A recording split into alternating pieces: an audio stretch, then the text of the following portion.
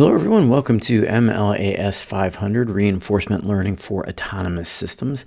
And we are in week one, and this is our first lab. So we've wrapped up a lecture, and now we're dumping into a lab. And our first lab is going to be a Python primer. So most of what we are going to be doing in reinforcement learning is going to be using Python. And as per the course syllabus, one of the things that we're also going to be doing is using Google Colab.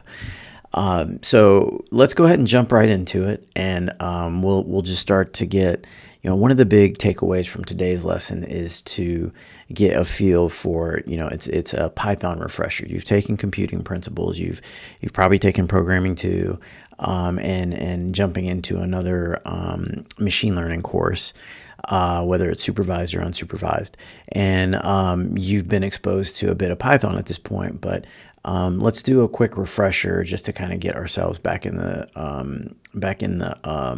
swing of things with regard to Python. Start out with a refresher. That's all we're going to do today. Our goals just to kind of get familiar with Python and go from there. Okay. All right. So first things first, go ahead and jump over to a browser. Grab Google, and then we're going to search for Google Colab. And then you'll be taken to this link. And then what we're going to do is open up if you don't have I highly encourage you to go ahead and get if you don't have a Gmail account, get one, and then get logged in. I'm logged in as my Gmail account. And then that way you can save all of your Jupyter notebooks, all the Python work. Everything that we're going to be doing is going to be in Google Colab from a lab perspective. Now what we're going to do is once you get logged in, go ahead and hit New Notebook.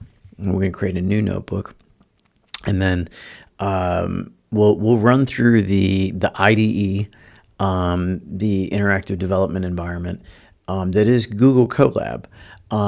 What's really nice about this is you've got your development space over here on the left, and then you have a almost like a console space on the right here. It's not quite your traditional console like you would normally see. Console outputs are going to come out generated over here on your left, but you're going to see some helpful information, kind of like an AI help screen over here on the right. And it is Gemini enabled, right? So we can ask Gemini like for help and things like that. We won't be using Gemini too much right up front, but there'll be certain aspects where we will leverage Gemini to help us with coding, explain errors, explain some of the problems we might be running into as we go through the coding process and the software development process for reinforcement learning. Okay, so you've got, I think we'll learn as we go. And one of the things that, two of the things rather that you'll need to be very familiar with is this code and text. We're going to be creating we're going to be using a lot of this and moving things around. And one of the first things we're going to do is we're going to create a text, and then we're going to create a text block, and then we're going to call this. We use asterisks to create in Jupyter Notebooks to create a subject heading. And then for this, we'll just say Python primer and introduction to Python. And then we'll go ahead and say close. And then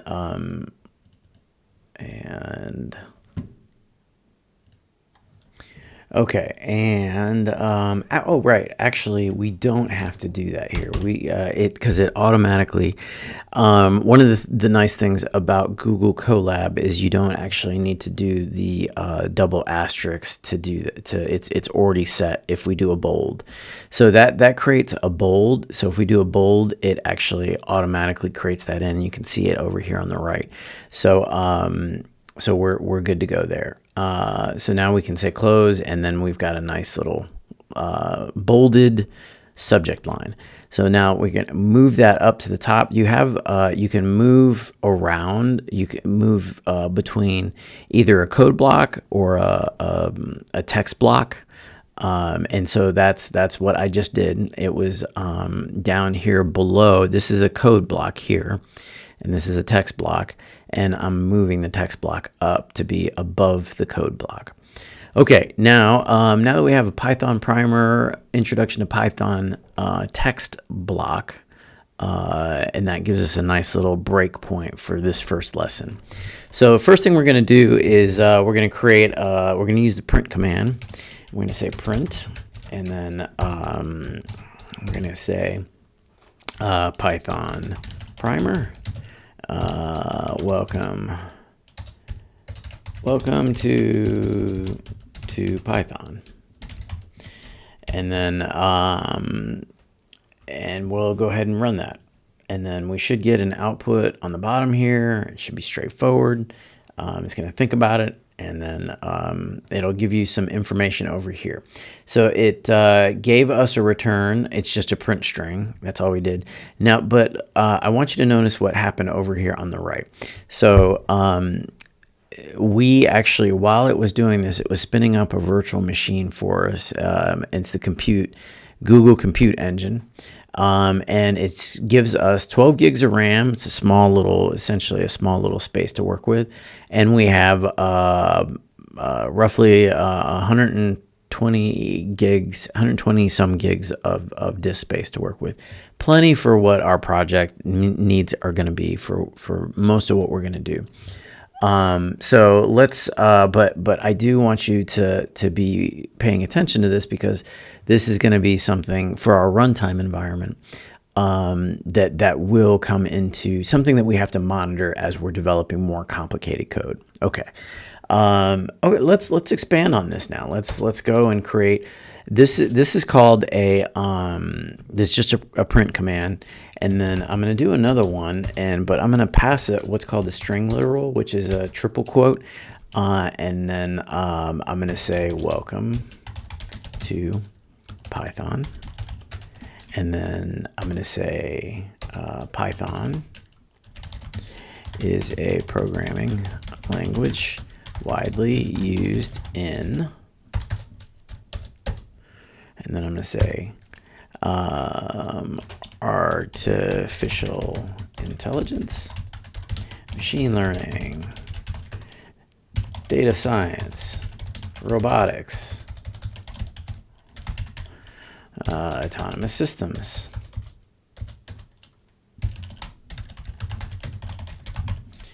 Okay, and that's good enough. And then to close out the string literal, there we go. And then we're gonna run it, and that's what we get. Okay, so that's pretty much our first lesson right there, knocked out. Now let's add a little bit more to it. I want to put some comments on here. I want to put a comment heading, and you use a hashtag for that. And then I'm gonna say let's give it something a little bit more substantial. This is a comment block.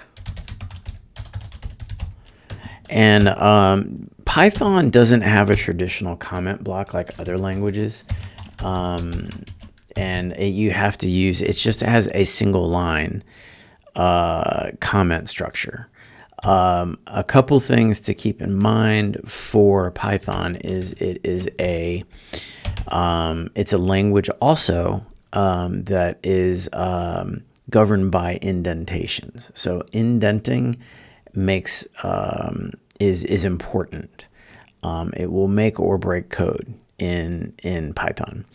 Okay, so but let's stop here, and then just talk about what's happening. So I have a comment block, right? And here's a comment block. I have a print statement, and then I have a literal, and then I'm going to call this out in a comment. This is a string literal Python string literal construct. Perfect. If we run that, it's going to look exactly the same because our comment blocks aren't going to run. So there we go. So our comment blocks these are not part of the code that gets executed. This is not part of the code that gets executed. The only piece of the code that gets executed is these pieces of the code. Okay. Now let's go ahead and create, let's create another code block. So that's our first lesson. Python primer, introduction to Python.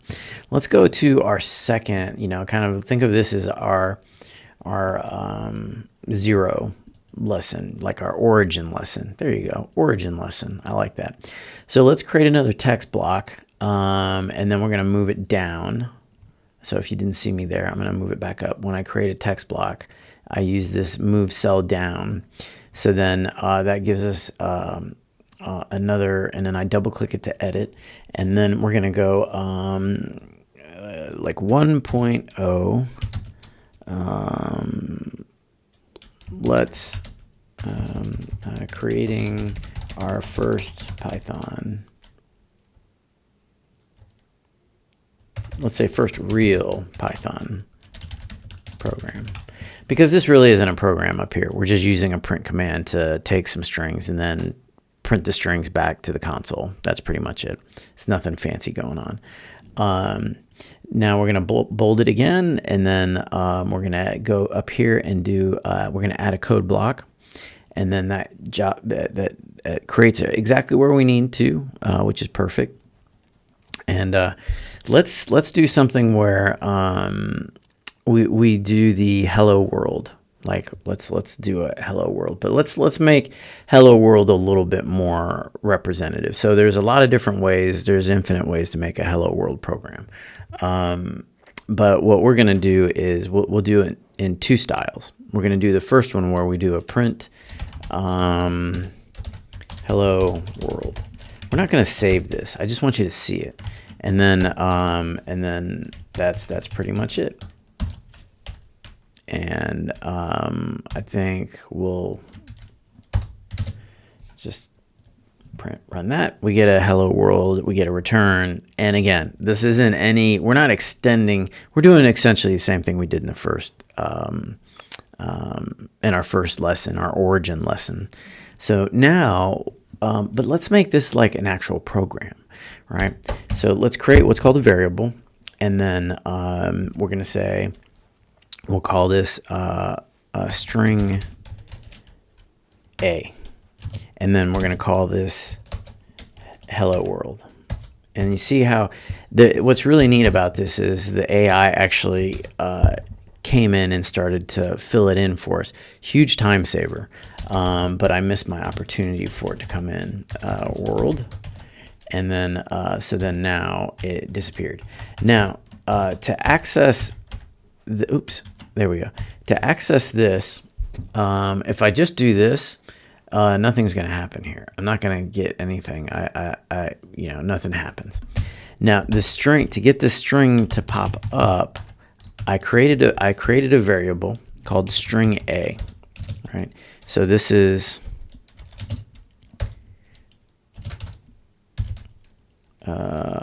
a string variable.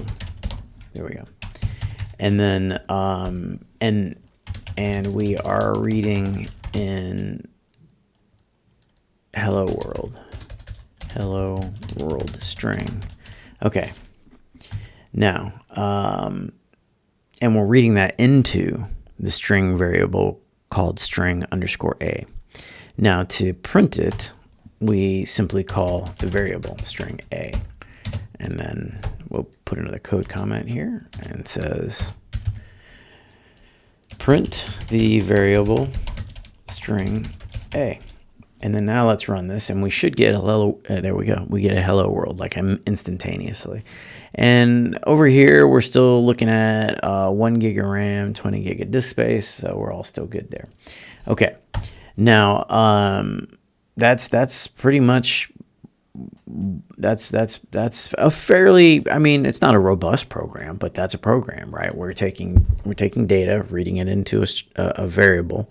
It's a string variable, and we'll talk about data types, and what a variable is, and we'll cover that stuff here. But for what we are doing right now, for our 1.0 Python program, our 1.0 lesson, this is about as basic as it gets. All right. Okay. So then now, I do want to illustrate something that happens if we try to, as part of syntax for Python, one of the things that I want everyone to know is that indentation is important. So I just indented, and indentations are code blocks. So I want to make sure that whatever code is running on the indentation stays on the indentation. So there's an elegance to Python that is enforced to make sure that the code is readable. But that readability in Python is super important. It actually impacts the execution, the ability of the program to execute. So you have to be sure that your indentations are proper, right? And so Python enforces indentation. One, for readability, because that is actually one of the very first things that Python is all about. As a programming language, one of its founding principles, architectural principles, is readability. Okay. So with that said, we ran that, and we ran it off in a different code block, the second line of code there, and it threw an error. Now I just brought the indent back. I took the dent out and then brought it back to its starting position line, right? And then and it works, right? So that's something to keep in mind as we go through, because it does trips up, especially people that are learning Python for the first time.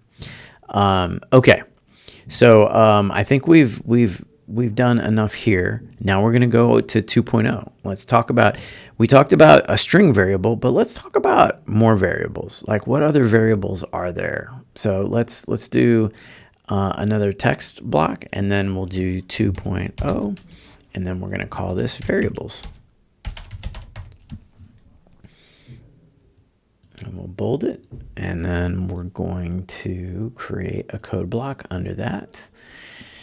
Okay, and then we're gonna let's create some more. So we have string A. Within the execution of this program, string A is taken. So as an example, if I do a print string A down here, it's going to carry that forward. And if I run this, it's going to give me a hello world. Even though I'm in a different cell. I'm running this from a cell that doesn't belong to this cell. It's still within the context of the entire program. The program is aware. The Python program is aware of all the once that variable got instantiated, it's available globally to all the other cells within the Python program. Okay. So we don't want to just print string A again, because we already did that. And so for context, let's create a new one. Let's call it string B. And what we're going to do is we're going to say string B is a string variable. Okay. Then we're going to create a, let's say, a numeric. So there's an integer variable. And so what we're going to do is we're going to say, and here's where the AI can kind of be fun and helpful and useful. So it's going to say you created string A, then you created string B. I'm analyzing your code and thinking that you might want a string C. and it's a big time saver. So if I hit tab, it automatically creates it for me. Now I can hit Control Z and remove it. So there's some nice little shortcuts that I encourage you to learn so that you're not using your mouse all the time. It's a big time saver. So when that pops up, if you want to use it, then you can hit tab and great. If you don't, then you can just hit Control Z and go back to baseline. And so what I'm going to do is I'm going to create an integer, and I'm going to call that int. And then I'm going to call it an int a, just, because I'm not creative like that. And then we're just going to give it a number. We'll just call it 45. Okay. Now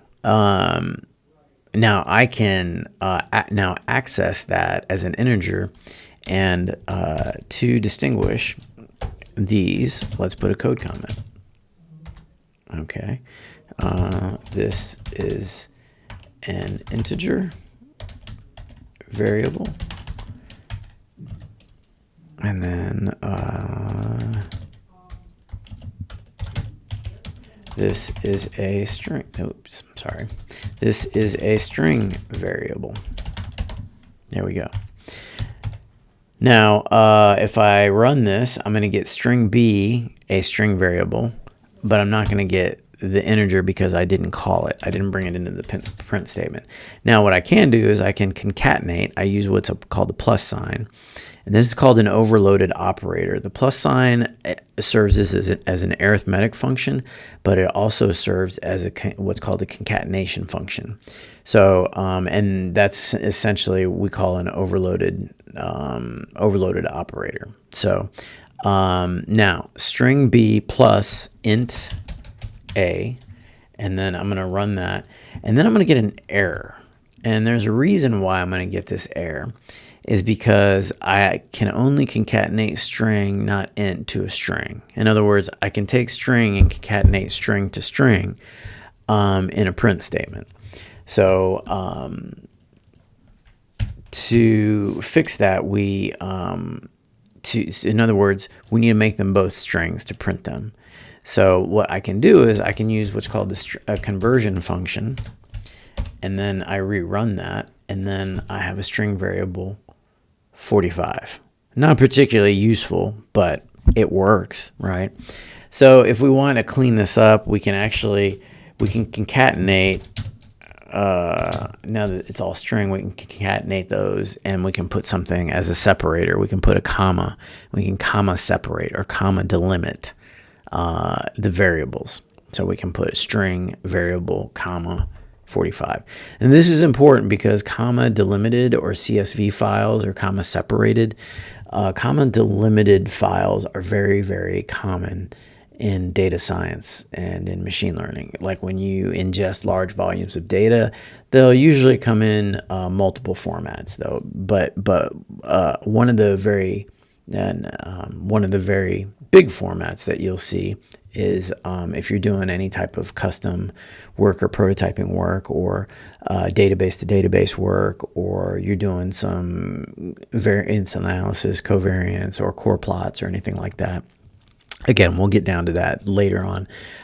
You'll pull those in as CSV files, and so that's helpful to know anyway for the work that we do. Okay, so I think we've done enough here. Just again, I don't want to. There's way more variables, but this is an intro lesson, so I don't want. This is a primer. We'll cover what we need to cover as we move along, right? So there are many other data types. There's a lot of other different ones out there, but for right now, let's just keep it to numeric and integer and string, and that's all we need to kind of be familiar with. Okay, now let's move on from here, and then let's add a text block, and we're going to do 3.0. We're going to talk about we'll talk about data types. Yeah, I think that's good. Data data types. And we'll bold it, and then we're gonna code. There we go. And so we're in 3.0 data types. Okay. So for data types, let's create. Let's talk through a couple more that are useful for us. In that we talked about integer. Right, and we talked about string, but we haven't talked about two others that are kind of important: floats and booleans. Those are pretty important. So we probably, yeah. Let's do maybe the easiest way to do this is a big print statement. Let's do a print statement. Print. We'll do another string literal. Okay, and then we're gonna say Python has several basic data types. Int equals to integer, and we're familiar with that one. Here's one we're not familiar with. It's called float. Float equals to decimal number. Very, very helpful because we do a lot of floating point operations in machine learning work. Very, very important to have floating points. str, or an ability to manage and navigate floating points. Okay, string equals to text or string. Oops, text string. And then boolean, bool, true or false. Okay. Nope. That's gonna error out. There we go. So run that, and that gives us a nice little return. And so let's see what this does. So let's create some new ones. So we're going to create a variable space, and then the variable space is going to be age equal to 21, speed equals to 125.5, aircraft equal to helicopter. I think I'm spelling that right. Engine running equal to true. Okay, and here's what's cool. Now I can just hit tab and it's going to print all that for me. I don't know that it's going to get it right though. So we'll use tab and then we'll run it, and then I got it right. Okay, it did that all. That looks okay. Yeah, helicopter 21, 125. Yeah. Now that's going to work just fine because you're probably asking, like, how did this have to be converted to a string earlier and then this didn't? Well, it's because we used commas. So let's revisit this real quick. I'm going to head back up to 2.0 because I know that people are going to probably have some questions. So I'm going to copy this. So if people are not familiar and I'm jumping around, apologies. How I'm able to do a quick highlight, it's a line highlight. And so then so that I'm not having to use my mouse over here and then clicking and then highlighting the whole line. An easier way to do that from a coding perspective is use the arrow keys. So move to the line you're looking for.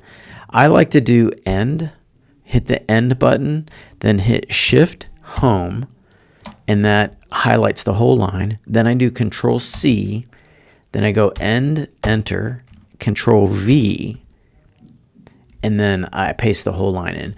Because what I'm going to do is I want to illustrate, without having to do a lot of retyping, what happens when I rerun this with this. There you go. So it works that way. So you don't have to use the string. Because I use the concatenation, that's why I had to use the string, the conversion function, to take an integer and convert it to a string so that I could concatenate it to another string. That's why I had to do it that way. But you don't have to. You can do it this way as well. So Anyway, wanted to circle back on that and make sure that was cleared up. Okay, so we got that working. Now, on the data types, that's the pretty much, that's straightforward. Variable space. Oh, I do want to put this in program.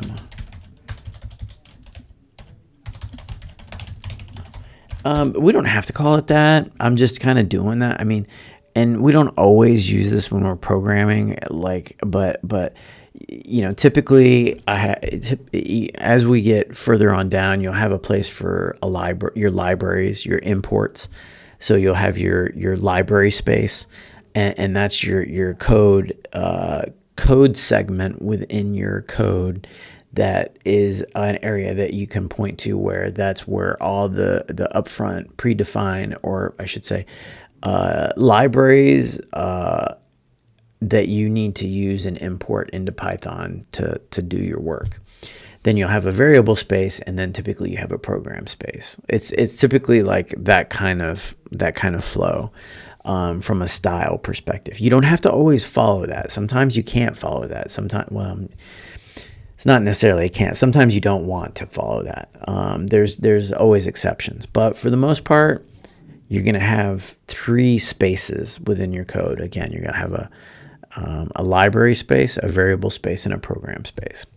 So in this case, I'm separating out a variable space and a program space. We do not have a library space yet. We haven't set that up yet. Because we're not pulling in any extra special functions just yet. We're using native out of the box functionality. Okay. All right. I think I've talked enough about that. Let's go over to, let's go and create another code block. Let's do one more, and then we're going to call this part A in our lab done. In other words, we'll do one more, and then we'll do a part B, and then we'll cover the remaining items we need to do. Okay, so let's do a text, and then we'll bring it down. And did I do that right? Oh wait, oops! Which one? Oh, let me delete that. I think I had an extra one down there. Let me bring this down. Okay. Okay, let's double click that, and then we'll do some math. Yeah, that sounds like a good one. Let's do some math. We can do math. 4.0, doing basic math in Python. All right, we're gonna bold that, and then we're going to add a code segment, and then we're gonna do, let's see, similar to what we did up here, we're gonna do a print statement. We're going to bring this down. We're going to do Python can be used for math. Now, I will say I'm only showing you basic math, but Python can be used for very, very complex advanced math, scientific math. It's very high-end stuff. I'm not a mathematician. My background is on machine learning, data science, artificial intelligence, and more on the machine learning side, using the algorithms and how they work and understanding how the algorithms work. But I'm definitely not a mathematician. But if you were and you wanted, you absolutely can do some really cool math in Python. Okay, so what kind of math can we do? Well, we can do addition, and again, we're using string literals. These are we're just encapsulating these as things that print back. We can do subtraction, and then we can do multiplication, division. We can do a modulus. We can also do let's see, what's the other one? Exponent. Yeah, that's right. I forgot. We can do exponent, exponentiation, even more fancy. excuse me, modulus, or sometimes called a remainder or remainder.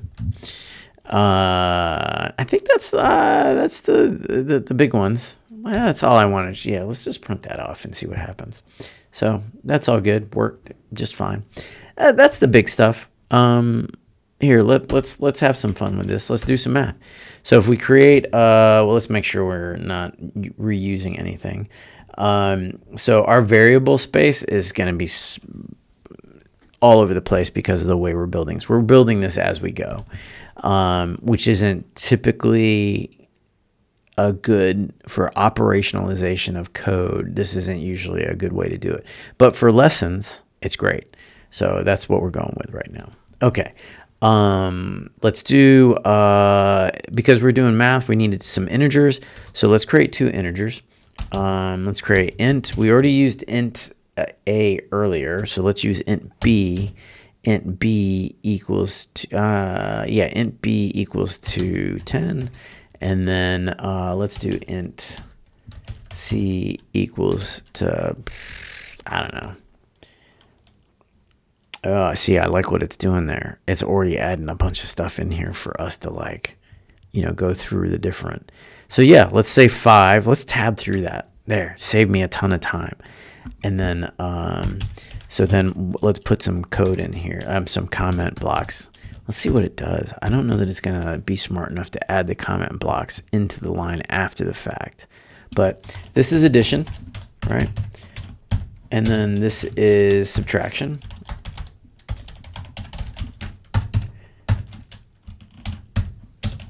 And then if anyone is interested in my keystrokes right now, what I am, my hotkeys that I'm using Shift. So I go to the end. And then what I'm doing is Shift Control, and then I use the arrow key left, like that. And then that gets me to highlight the exact segment that I'm doing. Now, if I went home, I can Shift right. I can Shift arrow key like that. And then I can Shift right. Now, you're probably wondering, like, oh my gosh, like, how do you learn that? Oops.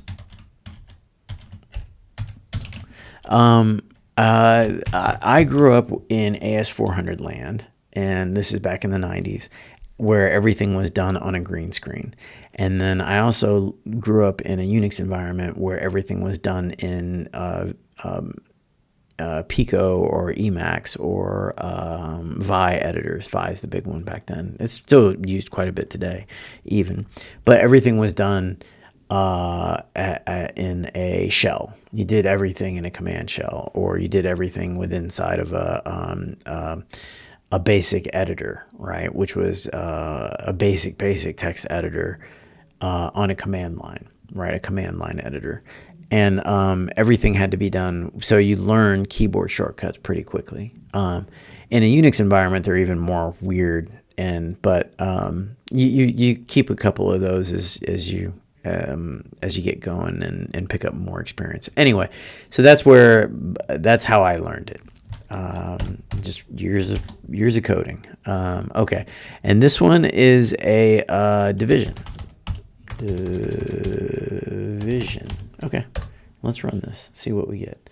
Oh, it added the others. Why not? Let's do that. Okay. See, that's kind of cool. It added those in. Let's see if we get in trouble on any of these. It ran all of them. Cool. It did it. So that all checks out, right? Int B plus int C is 15. So addition worked. 10 minus 5. Subtraction, that's 5. 10 times 5, 50, so on and so forth, right?